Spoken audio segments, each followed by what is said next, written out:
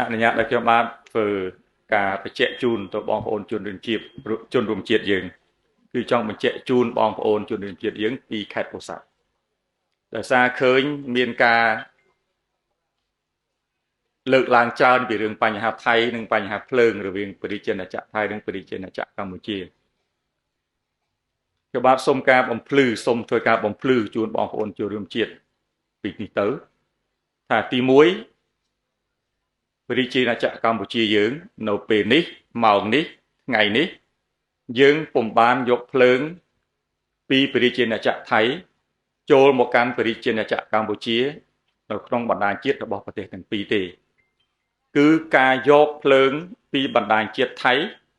មកបណ្ដាញជាតិកម្ពុជាគឺមិនបានយកភ្លើងទេគឺសូន្យហើយការដែលមិនយកភ្លើងពីបណ្ដាញជាតិថៃមកចូលបណ្ដាញជាតិកម្ពុជាគឺដោយសារប្រជាជនចក្រកម្ពុជាយើងមានអគ្គិសនីគ្រប់គ្រាន់ដើម្បីធ្វើការផ្គត់ផ្គង់ជូនគ្រប់ទីកន្លែងទាំងអស់ដែលភ្ជាប់ទៅនឹងបណ្ដាញជាតិរបស់ប្រជាជនចក្រកម្ពុជាស្អីទៅហៅថាបណ្ដាញជាតិដែលហៅថាបណ្ដាញជាតិគឺជាការភ្ជាប់ភ្លើងតង់ស្យុងខ្ពស់ចាប់ផ្ដើមពីតង់ស្យុង115 kV ដល់230 kV ដល់500 kV គឺតាមរយៈបណ្ដាញតង់ស្យុងខ្ពស់ក្នុងបណ្ដាញជាតិដែលជាឆ្អឹងកងខ្នងរបស់ប្រជាជនចក្រកម្ពុជាក៏ដូចជាឆ្អឹងកងខ្នងធំរបស់ថៃគឺយើងអត់បានយកភ្លើងនេះមកបំពេញឲ្យគ្នានៅពេលនេះទេដោយសារយើងមានសមត្ថភាពដើម្បីធ្វើការផ្គត់ផ្គង់ភ្លើងគ្រប់គ្រាន់ដោយឡែកមានសហគមន៍តែ3ទេនៅក្នុងប្រជាជនចក្រកម្ពុជាដែលជាប់នឹងព្រំដែនដូចជាតំបន់ខ្លះនៃអូស្មាច់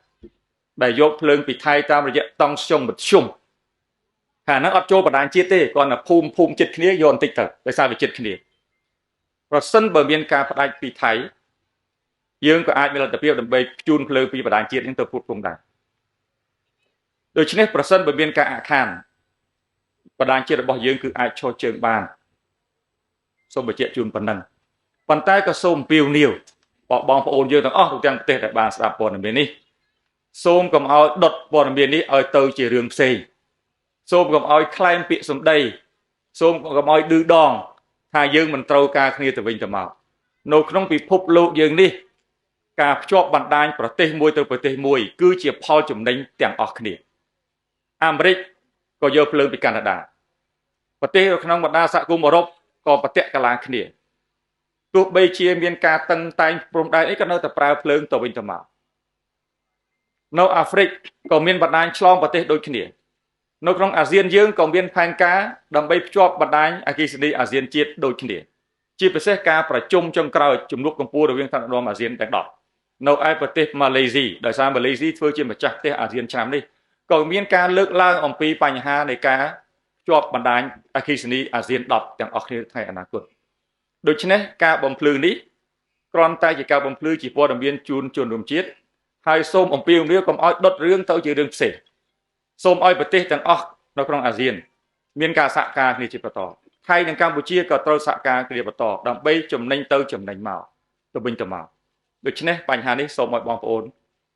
ទទួលយកនៅការពិតនេះហើយសូមសដុំពរកុំឲ្យមានការផលិតព័ត៌មានคล้ายៗទាំងឡាយ